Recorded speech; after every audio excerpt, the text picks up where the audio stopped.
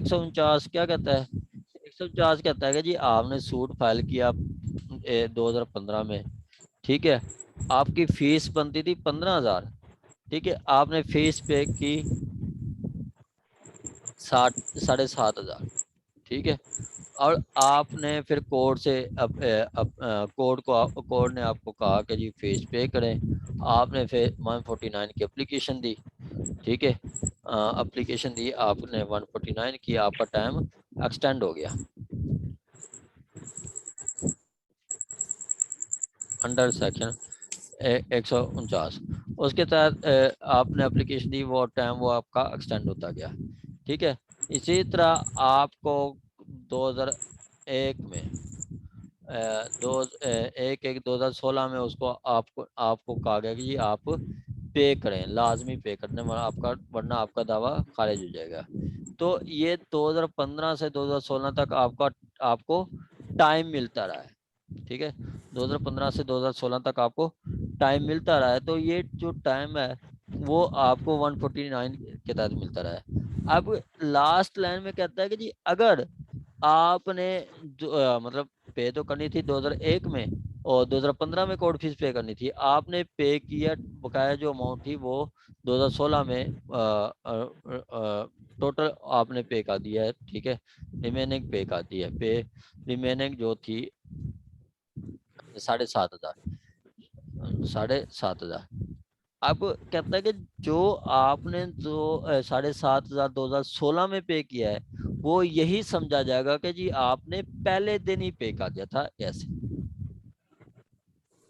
कि आप इस टाइम नहीं पे कर सकते, किसी भी वजूद से आप कोर्ट को आके कहते हैं कि जी हमें टाइम दें, मौका दें, हमारे पास पैसा नहीं है, बिल्कुल भी पैसा नहीं है, कोर्ट आपको टाइम देती रहती है।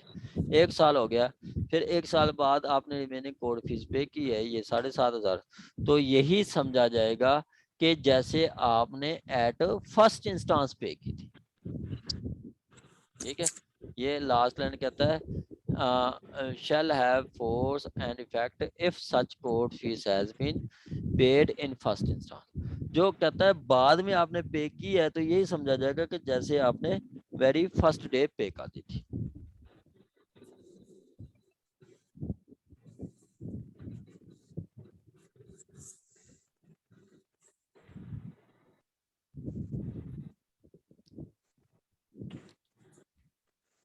हाँ जी,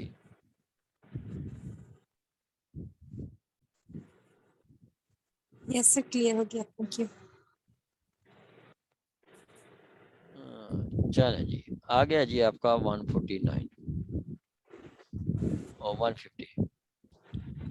150 को आप रेड विद करेंगे आपका ट्रांसफर ऑफ केस के लिए। हमने कौन सा पढ़ा था शुएब साहब, आपने पढ़ा था ट्रांसफर ऑफ केस के लिए? जी सर, पढ़ा तो था सेक्शन सेक्शन नहीं याद। सर सेक्शन 24 तो नहीं है? हाँ, very good, very good madam.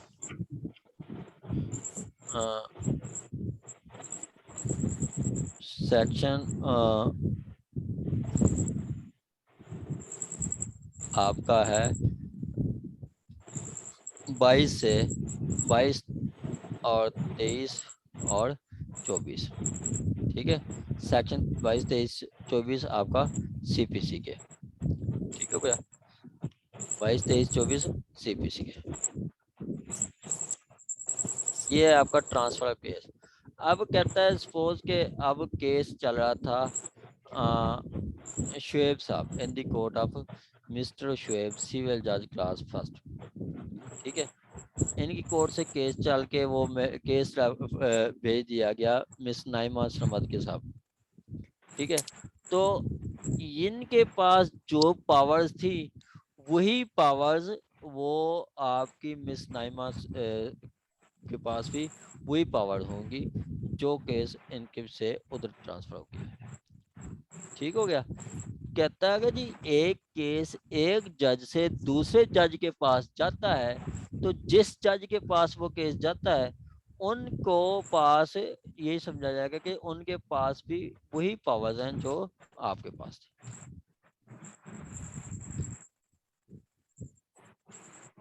ठीक हो गया जी, उनके पास भी वही पावर्स थी जो आपके पास थी।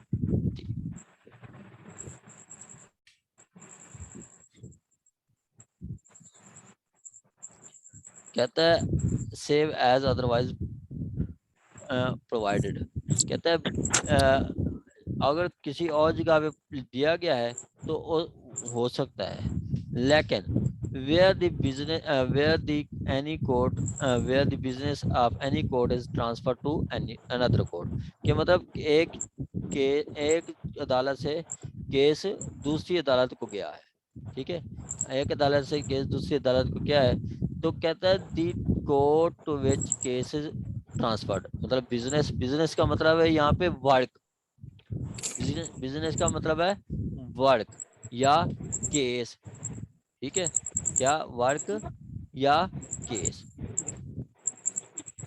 आप कह लो केसेस या वर्क या प्रोसीडिंग, केसेस या आप कह लो proceeding,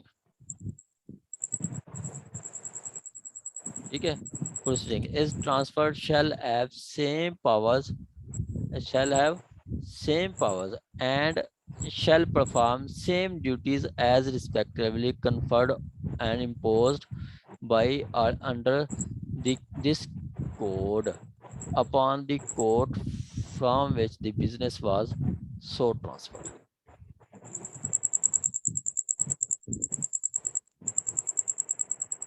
Upon it is so transferred. ठीक होगा जी, ये है कि आपका कहता है जी अगर आपका एक केस दूसरी केस कोर्ट के पास चला जाता है तो दूसरी कोर्ट के पास सेम पावर्स होंगी उस केस निपटाने के लिए, मतलब वो पहली कोर्ट ने प्लेंटिफ को आप मतलब की एविडेंस ली है, केस दूसरे पास के पास कोर्ट के पास चले जाती है तो दूसरी कोर्ट भी एविडेंस ले सकती है, बाकी उसकी एविडेंस ले सकती है, ठीक है, वो दूसरी कोर्ट भी उनकी एविडेंस ले सकती है।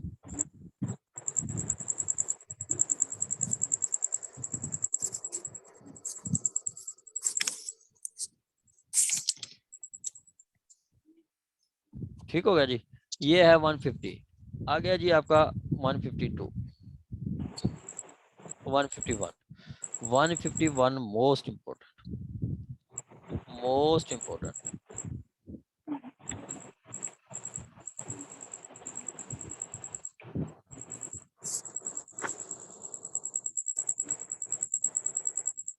151 आपका कहता है इनहेरेंट पास, देखें जहां पे कोई स्पेसिफिक प्रोविजन नहीं होती, ठीक है, जहाँ पे कोई स्पेसिफिक प्रोविजन नहीं होती तो फिर हम क्या करते हैं, फिर वहां पे हम 151 का सहारा लेते हैं, ठीक है, किसका 151 का सहारा लेते हैं, ये आप ऐसे कह लो कि where no specific provision is given, अगर कोई स्पेसिफिक प्रोविजन नहीं दी जाती तो फिर क्या होगा, where no specific provision is given, के कोई नहीं दी जाती तो then we apply 151, then we use 151 में इस्तेमाल करते हैं जहाँ पे कोई स्पेसिफिक प्रोविजन नहीं गिए फॉर कोई स्पेसिफिक, कहता है nothing this act this code से मुराद आपका CPC shall deem to limit or otherwise affect inherent power of court to make such order as deemed necessary for the ends of justice, क्या चीज, for the ends of justice court कोई आपका power इस्तेमाल कर सकती है, और to prevent the abuse process of court court के कोर्ट लेंथी प्रोसीजर से निपटने के बचने के लिए भी ये इस्तेमाल कर सकती है।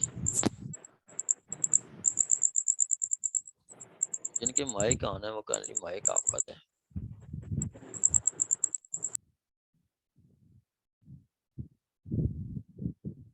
अच्छा, क्या कहता है कि आपका कहता है कि जी where nothing in this act nothing in this code shall be deemed to limit or otherwise affect the inherent power of court to make such order as may be necessary for the ends of justice or to prevent abuse process of court.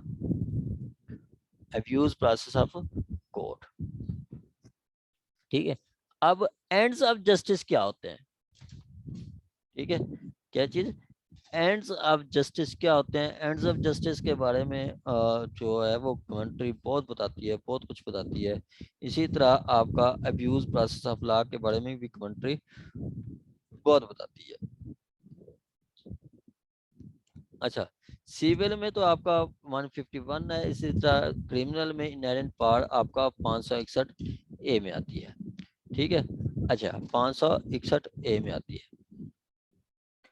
मैं आपको बताऊं, यहाँ पे वो 151 कहता है कि जी आपका एंड्स ऑफ जस्टिस के लिए कोई ये इनहेरेंट पावर इस्तेमाल कर सकती है और आपका प्रिवेंट अब्यूज प्रोसेस ऑफ के लिए भी इस्तेमाल कर सकती है। अच्छा, एंड ऑफ जस्टिस क्या है? एंड ऑफ जस्टिस में कहता है कि जी rehear the matter before final order. Court rehear भी कर सकती है, hear the matter before final order. ये क्या है? For the ends of justice. ठीक है, क्या जी? For the ends of justice rehear कर सकती है। ठीक है, और उसके बाद कहता है आपका दूसरा कि order to refund of excess fee, order to refund of order to refund of order to refund of excess fees, excess court fees. ठीक है, कोर्ट फीस अगर आपने एक्सेस पे कर दी है तो वो भी वापस हो सकती है। जैसे सपोज के ये देखें, अब मैडम इनका क्लेम था सिर्फ आपका एक सूट फाइल किया, उसमें 1 लाख की वैल्यू थी। ठीक है, अब उनको पता नहीं था कि जी 1 लाख पे तो 7,500 फीस होती है। उन्होंने पकड़ कर 15,000 फीस पे कर दी। मैडम किसने? मैडम अनम ने, जिसने साथ दावा किया था, उन्होंने 15,000 फीस पे कर दी। तो फिर क्या होगा? फिर अब कहीं पे भी रिफंड ऑफ सीपीसी में कहीं पे रिफंड ऑफ कोर्ट फीस का नहीं बताया गया। सीपीसी में कहीं पे भी रिफंड ऑफ कोर्ट फीस का नहीं बताया गया। तो ये रिफंड ऑफ कोर्ट फीस हमारा कोर्ट फीस एक्ट का सेक्शन 13, 14, 15, 13, 14, 15 है, वो ये 3 सेक्शन है, उसमें बताया गया। वो भी आपका pendens after conclusion of trial होता है। ठीक है, आफ्टर कंक्लूजन ऑफ ट्रायल या कंक्लूजन ऑफ केस होता है, सूट होता है। यहाँ पे आपको मतलब एक्सेस पे पकड़ दिया आपको, यहाँ पे सीपीसी में कोई प्रोविजन नहीं है। तो फिर क्या करेंगे? फिर आप सीधा 151 की एप्लीकेशन देंगे और एंड्स ऑफ जस्टिस के लिए से बचने के लिए कोर्ट उस पर ऑर्डर कर सकती है। ठीक हो गया। आगे कहता है जी आपका amend the decree, court decree भी कर सकती है या court correct its own mistake, court correct its own mistake, अपनी मिस्टेक भी करेक्ट कर सकती है। ये क्या है? ये भी आपका एंड्स ऑफ जस्टिस में आ जाता है। इसी तरह कोई 40-45 आपको मैं लिखवा सकता हूँ। ठीक है, लेकिन आपने सिर्फ इतनी 1-2 का हवाला देना है, इतनी ज़्यादा आपने नहीं देना। आगे prevent abuse process of law क्या है? ठीक है, prevent abuse process of law वो क्या कहता है? वो आपका कहता है,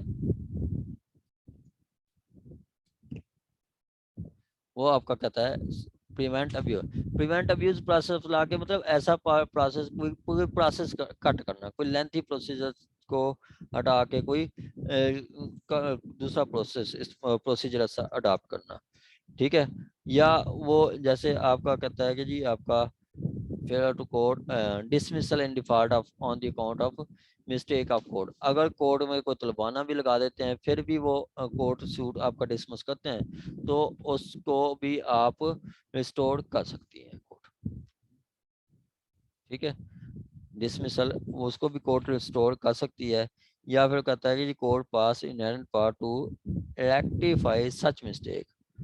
ठीक है, as act court should not prejudice any person such में अब्यूज प्रोसेस में बाई द एक्ट और omission itself by its officer और फ्रॉड और मिसरिप्रेजेंटेशन। ठीक है, क्या कहते हैं जी, dismissal in default of court on the account of mistake of court। क्या जी, dismissal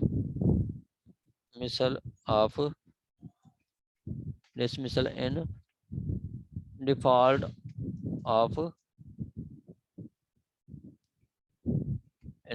on the account of mistake of court। ठीक है, अब कोई कोर्ट की मिस्टेक से कोई कर लेते हैं तो ये जरूरी नहीं है कि फिर कोर्ट आपको कहे कि जी आप एप्लीकेशन ले आए। ठीक है, आप मतलब उस पर आर्गू करें, ये करें वो करें, तो वो क्या होगा, वो अब्यूज प्रोसेस ऑफ कोर्ट होगा। तो उस अब्यूज को प्रिवेंट करने के लिए, रोकने के लिए कोर्ट क्या करेगी, 151 का इस्तेमाल करेगी और वो जो मिस्टेक से उन्होंने कोई डिसमिसल किया है, ठीक है, तो उसको रिस्टोर कर सकती है। सपोज जैसे हम जाके क्या करते हैं, हम तलवाना या हम नोटिस जाके देते हैं एलमद को, और एलमद साहबान कुछ हजरात ऐसे होते हैं जो कि वो प्रॉपर एंट्री नहीं करते और प्रॉपर फाइल में वो नोटिस या तलवाने नहीं लगाते।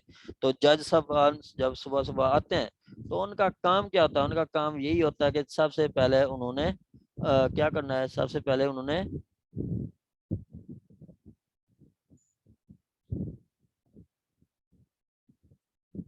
ठीक है, सबसे पहले उन्होंने क्या करना है, सबसे पहले वो देखते हैं और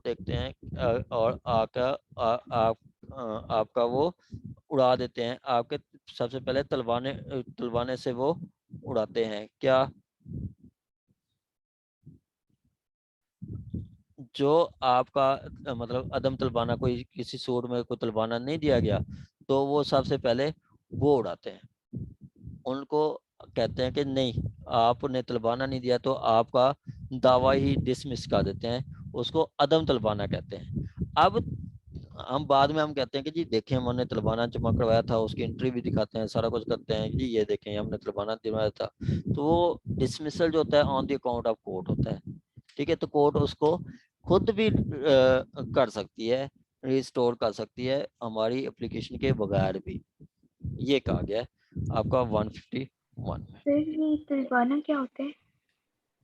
तलबाना मैडम इसको होते है प्रोसेस फीस। प्रोसेस फीस होती है तलबी के लिए। अब जब सूट फाइल किया जाता है ना, ये मैं आपको सारी चीजें दिखाऊंगा। अब बस ये आज हमारा सेक्शन पोर्शन एंड हो गया है, बस 2-3 सेक्शन आते हैं, आज हमारा सेक्शन पोर्शन एंड हो गया है। तो मैं आपको जैसे ये तलबाना तलबी कब होती है, तलबी आपकी होती है सेक्शन 5 में होती है, समन किए जाते हैं। ऑर्डर 5 में, ऑर्डर 5 में पहले नोटिस किए जाते हैं, समन किए जाते हैं, नहीं आता तो फिर उसका एफिक्सेशन होती है, फिर नहीं आता तो फिर उसका अखबार किया जाता है। तो मैडम ये सारी चीजें मैं आपको प्रैक्टिकली चीजें दिखाऊंगा और प्रैक्टिकली समझाऊंगा मैं। ठीक है, ठीक है जी। हाँ, ये एक होता है कि जी हम वो तलबाना लगाते हैं कि जी तलबी बराए मुद्दाल है। ठीक है, कि हमने ये देखें जी हमने ये तलवाना लगा दिया है, ये तलबी के लिए हमने मतलब नोटिस भेज दिए हैं डिफेंडेंट को, क्योंकि सिविल में आपका नोटिस भी आपका कौन करता है, सिविल में नोटिस भी आपका यही करता है, कौन, ये आपका प्लेंटिफ वगैरह खुद करते हैं। ठीक है, प्लेंटिफ वगैरह खुद करते हैं। आगे जी एक्सक्यूज मी सर, जी मैडम। सर आपने बताया था ना कि अदम तलबाना की सूरत में अगर कोर्ट सूट को डिसमिस करती है फिर वो अपने इसी 151 सेक्शन के तहत इसी को रिस्टोर करती है, तो अगर वो खुद ही डिसमिस करती है अदम तलबाना की सूरत में तो 151 का हमें एप्लीकेशन प्लेंटिफ को लगाना पड़ेगा या कोर्ट अपना इनहेरेंट पावर यूज करके उसको इनहेरेंट पावर इस्तेमाल करेगी मैडम। यानी कि पहले डिसमिस करेगा एंड फिर इनहेरेंट पावर यूज करके रिस्टोर कर देगा। जी बिल्कुल, जी बिल्कुल। जब हमारी मिस्टेक्स पे होता है ना तो फिर कोड नहीं करते, फिर हमें कहते हैं कि एप्लीकेशन दे, फिर हम एप्लीकेशन देते हैं आर्डर 9 रूल 4 के तहत। आर्डर 9 रूल 4 के तहत हम एप्लीकेशन देते हैं for the restoration of suit, ठीक है, for the restoration of suit.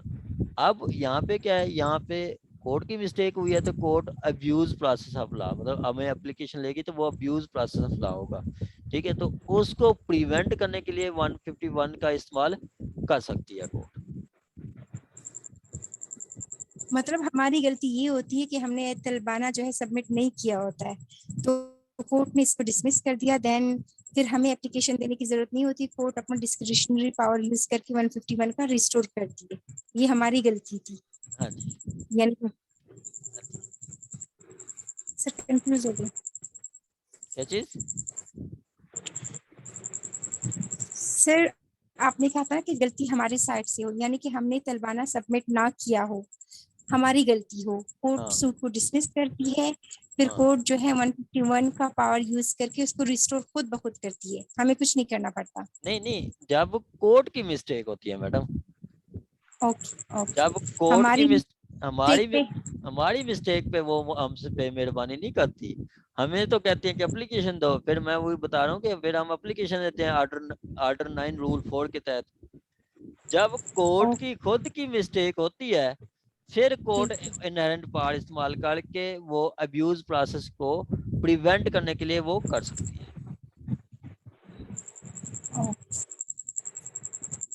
Thank you sir. Madam district कौन सा है आपका? समन साहबा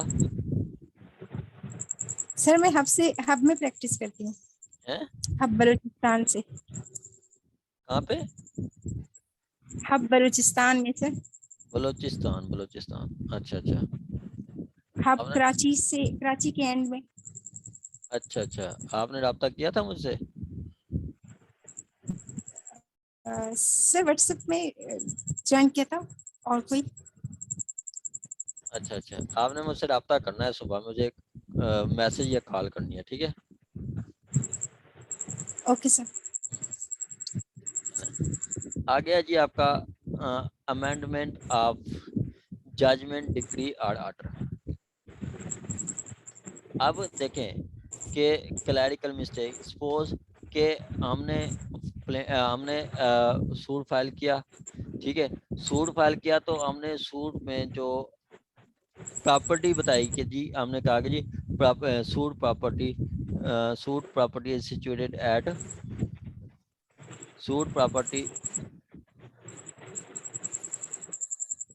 इज सिचुएटेड एट लाहौर, हमने ये लिखा, ठीक है, हमने ये लिखा कि जी सूट प्रॉपर्टी क्या कहाँ पे सिचुएट करती है, सूट प्रॉपर्टी सिचुएट करती है लाहौर में, ठीक हो गया, और आपका सूट प्रॉपर्टी सिचुएट करती है लाहौर में, ठीक है। और जब कोर्ट ने डिक्री पास की तो उन्होंने ये तो हमने ये लिखा था फाइल कसमें इन सूट हमने सूट में लिखा था, ठीक है, इन सूट में हमने क्या लिखा था, हमने ये लिखा था।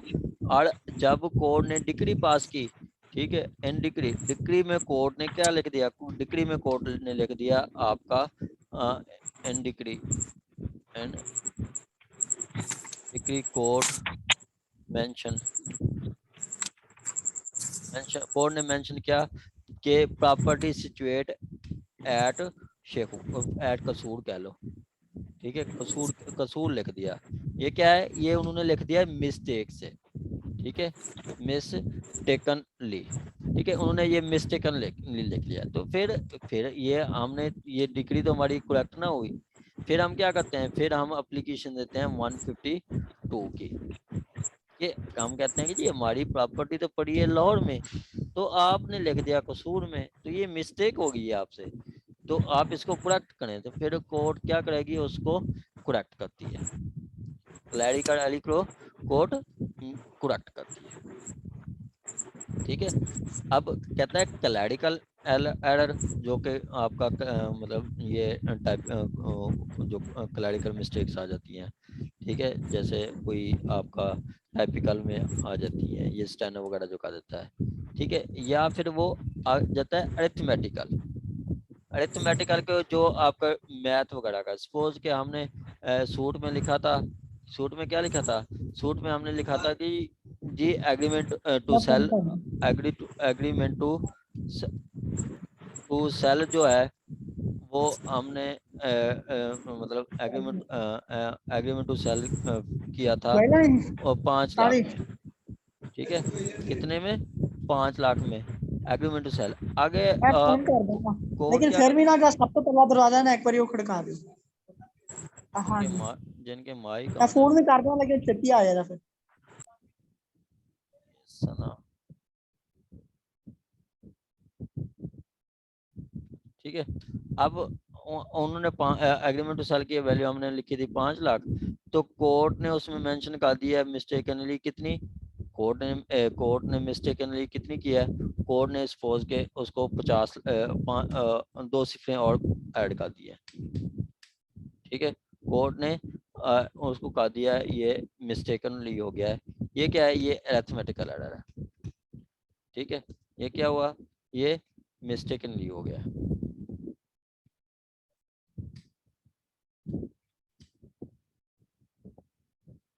ठीक हो गया। अब क्या करेंगे हम, कोर्ट को एप्लीकेशन देंगे कि जी ये आपकी क्लैरिकल मिस्टेक हुई है या आपकी अरिथमेटिकल मिस्टेक हुई है, ठीक है, तो आप इसको करेक्ट करें, आप इसको करेक्ट करें, क्लैरिकल और arithmetical mistake in judgement, decree और ऑर्डर और error arising from any accidental slip or omission may at any time be corrected by court, किसी भी टाइम करेक्ट कर सकते हैं, either its own motion or on the execution of parties, और on the execution of parties। हमारा case चल रहा था इजरा में, इजरा में हम वो प्लेंटिव का नाम था मोहम्मद फयाज, ठीक है, मोहम्मद का प्लेंटिव का नाम था मोहम्मद फयाज, ठीक है, इन सूट में हमने क्या लिखा था, मोहम्मद फयाज लिखा था, ठीक है, मोहम्मद फयाज, और कोर्ट ने डिक्री में क्या लिख दिया, कोर्ट ने लिख दिया फयाज अहमद, ठीक है, ये फिर हमने वो इसका दिया था वो मतलब प्रोपोज्ड सेल डीड, ठीक है, प्रोपोज सेल डीड, तो उसमें उन्होंने ये लिख दिया, तो हमने फिर इस मोहम्मद फयाज को मतलब मोहम्मद फयाज को करेक्ट करवाया था, उन कोर्ट ने लिख दिया था फयाज अहमद,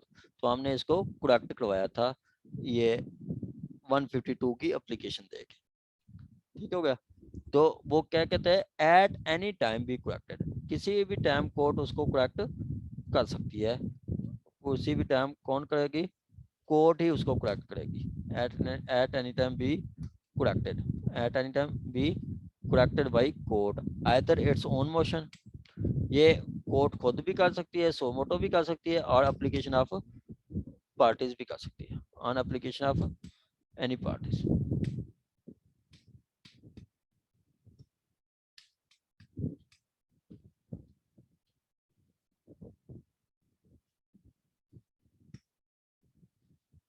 जी ये है आपका 152।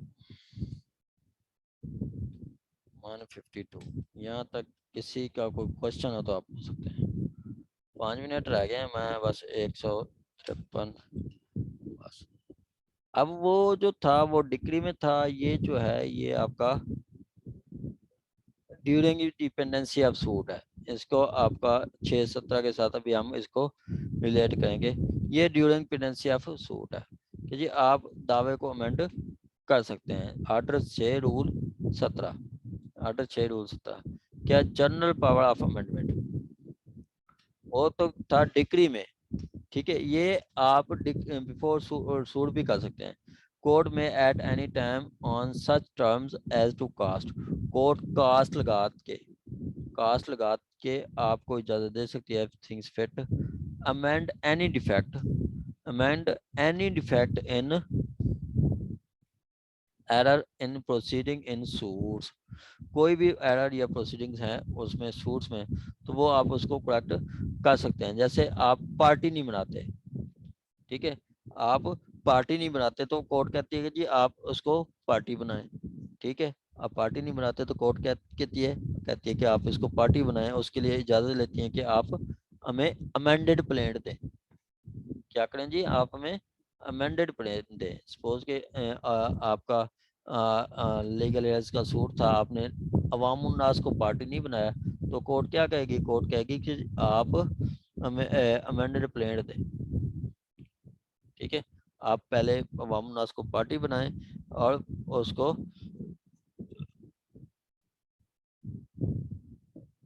अवाम उन्नास को पार्टी बनाएं।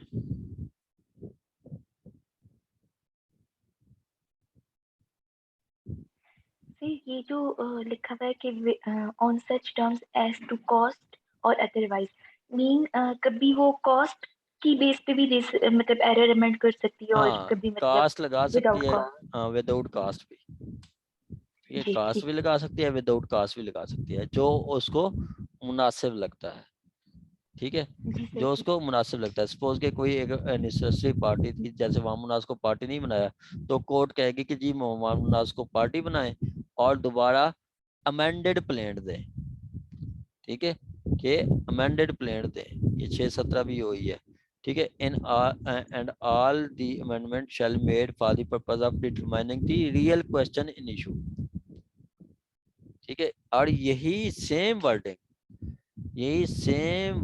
इशू ये डिटरमाइनिंग द क्वेश्चन है, यही सेम वर्डिंग आपकी ऑर्डर 6 रूल 17 में भी है, सेम वर्डिंग कि आपने अमेंड क्यों करना है, कि रियल क्वेश्चन को डिटरमाइन करने के लिए, रियल क्वेश्चन को डिटरमाइन करने के लिए आप आप जो है वो सपोज के सक्सेशन के लिए कोई प्रॉपर्टी आपके पास पड़ी है, वो बंदा की डेथ हो जाती है, आप सक्सेशन लेते हैं, तो अवामुनास को पार्टी बनाते हैं। अवामुनास को नोटिस जाता है कि जी जिसका इधर इनसे कोई क्लेम बनता है, कोई लेना है, तो आप आ जाएं, आप इनसे क्लेम ले लें, हम आपको पेमेंट करते हैं, ठीक है। तो उसके वामुनास के बगैर तो वो डिग्री नहीं होगा। तो ये क्या है, उसके लिए उसी डिफेक्ट को कवर करने के लिए आप 154 की एप्लीकेशन, सॉरी 153 की एप्लीकेशन दे सकते हैं।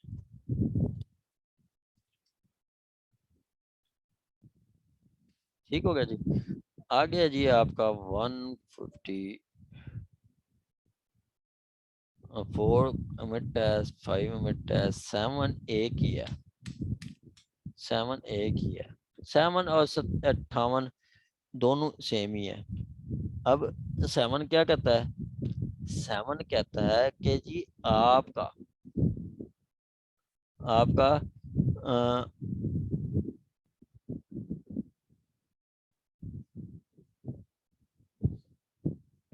7 कहता है कोई रूल्स, ठीक है, कोई नोटिफिकेशन, कोई रूल्स या कोई प्लेस या आपका अपॉइंटमेंट या एग्रीमेंट या स्केल या कोई फॉर्म्स आपके एंड में दिए गए हैं, appendix A B C D, आपके सूट्स का भी फॉर्मेट दिया गया है, आपके उसका भी फॉर्मेट दिया गया है, मतलब सूट्स का फॉर्मेट दिया गया है, डिग्री का फॉर्मेट दिया गया है, समन का फॉर्मेट दिया गया है, फिक्सेशन का फॉर्मेट, टोटल फॉर्म्स पीछे दिए गए हैं। कोई अपॉइंटमेंट्स या कोई पावर्स जो कि 1859 की जो CPC थी उसमें जो दिए गए थे, या कोई और प्रोसीजरल कोड CPC, मतलब 1900 हम जो इस वक्त पढ़ रहे हैं 1908 का है, या किसी और CPC में, या any act amending the same power under the any enactment hereby repeal.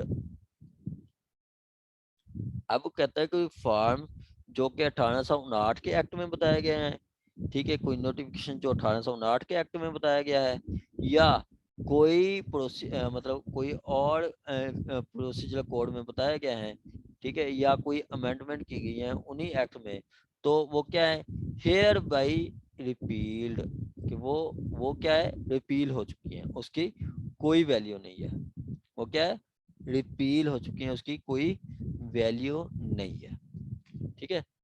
Sorry, repeal हो चुके हैं उसकी कोई वैल्यू नहीं है। ये एक बात करता है, यहाँ तक ये एक बात करता है। जो पहले नोटिफिकेशन है फार्म है वो 1859 के तहत या किसी दूसरी सीपीसी के तहत वो रिपील हो चुके हैं, उसकी कोई वैल्यू नहीं है। कहता है लेकिन एक दूसरी बात करता है कि हाँ उनकी वैल्यू हो सकती है अगर वो इसी कोड मतलब 1908 की सीपीसी के अगेंस्ट नहीं है, तो उनके कंसिस्टेंट नहीं है तो हो सकती है। या उनको अगर कोई गवर्नमेंट कोई उसको मजीद नोटिफाई करना चाहे तो वो कर सकती है। वो 1809 का एक स्पेसिमन दिया गया है फिक्सेशन का,